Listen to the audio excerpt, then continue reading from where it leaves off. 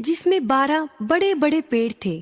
ये बाग एक राक्षस का था जो 7 वर्षों के लिए कहीं बाहर गया हुआ था। एक दिन जब वो वापस आया, उसने देखा कि उसके सुंदर बाग में बच्चे खेल रहे थे। वे ऊंची आवाज में बोला,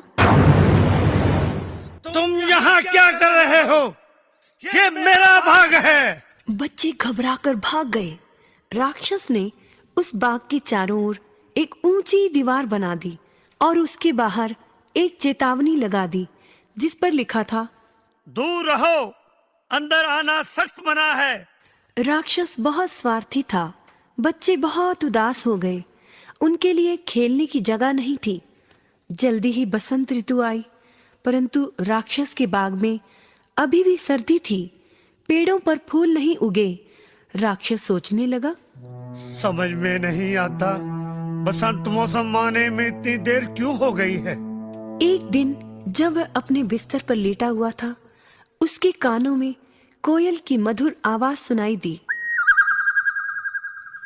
उसने खिड़की में से बाहर झांका। बच्चों ने दीवार में एक बड़ा सा छेद बना दिया था। राक्षस को बाहर झांकता देख सारे बच्चे घबराकर छेद में से तेज तेज बाहर निकलने लगे।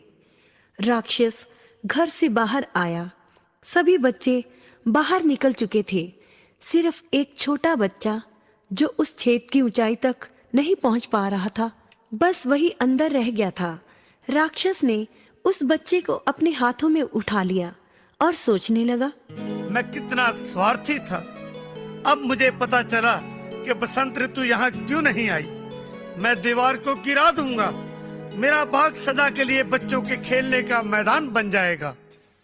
उसने बड़ा हथौड़ा लिया और सारी दीवार को गिरा दिया।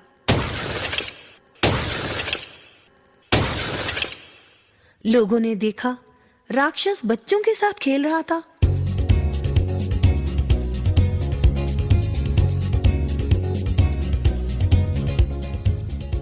अब बच्चे रोज जाते समय राक्षस को नमस्कार करके जाते।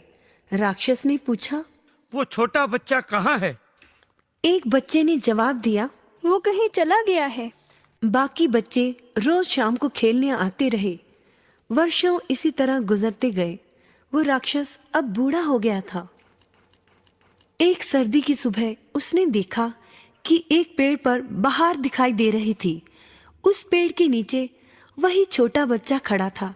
राक्षस उसे देखकर बहुत खुश हुआ। उसने छोटे बच्चे को कहा, मेरे प्यारे बच्चे, तुम वापस आ गए हो। आज मैं बहुत खुश हूँ। ये बाग तुम्हारे कारण ही स्वर्ग लगने लगा है। तुम्हारा धन्यवाद मेरे बच्चे। और उसने बच्चे को अपने सीने से लगा लिया।